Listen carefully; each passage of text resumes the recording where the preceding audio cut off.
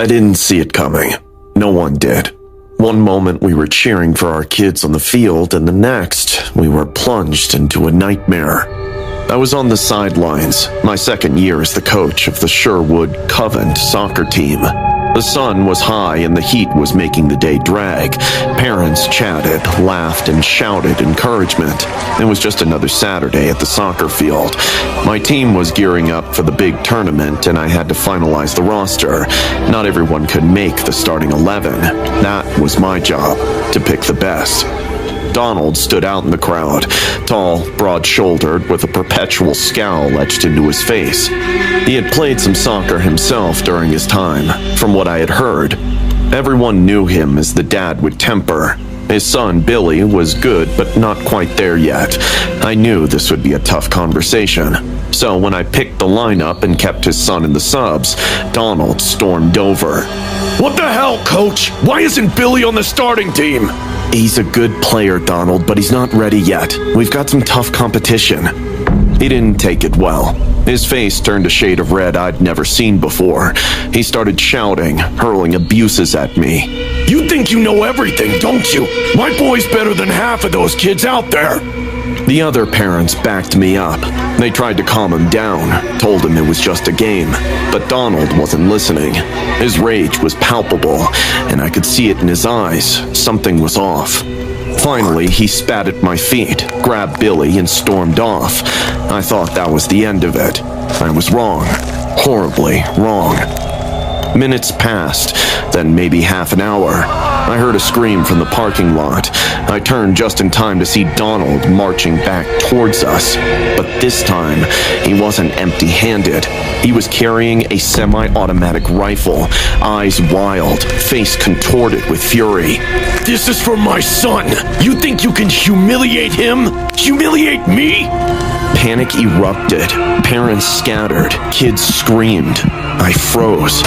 He opened fire and the world exploded around me. I felt a searing pain in my leg and crumpled to the ground.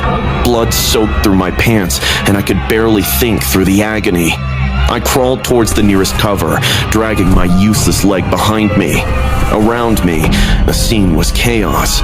People running, bodies falling, screams of terror. Donald kept firing everywhere. I reached a concession stand and huddled behind it, gasping for breath.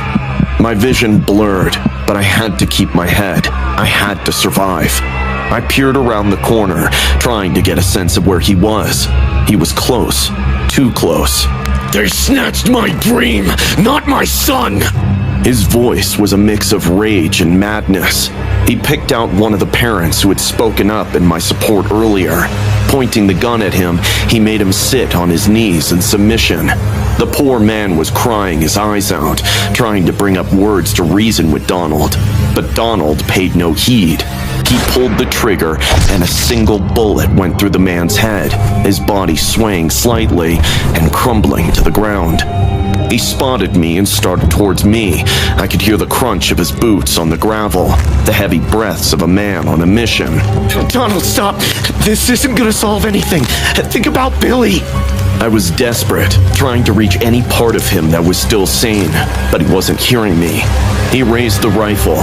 I closed my eyes, bracing for the end. A gunshot rang out, but it wasn't from Donald. A police officer had arrived, aiming his weapon at Donald. The bullet hit Donald in the shoulder, spinning him around. He dropped his rifle, falling to his knees. You ruined everything." He collapsed, the fight draining out of him. The police swarmed in, disarming him and securing the area. I lay there, pain throbbing through my body, relief washing over me. Paramedics rushed over, tending to the wounded. I was loaded onto a stretcher, the world spinning around me, faces blurred and voices muffled. The last thing I saw before passing out was Billy, standing alone in the chaos, tears streaming down his face. The horror of that day was etched into my soul. I had faced death and emerged alive, but I knew that I would be scarred for life.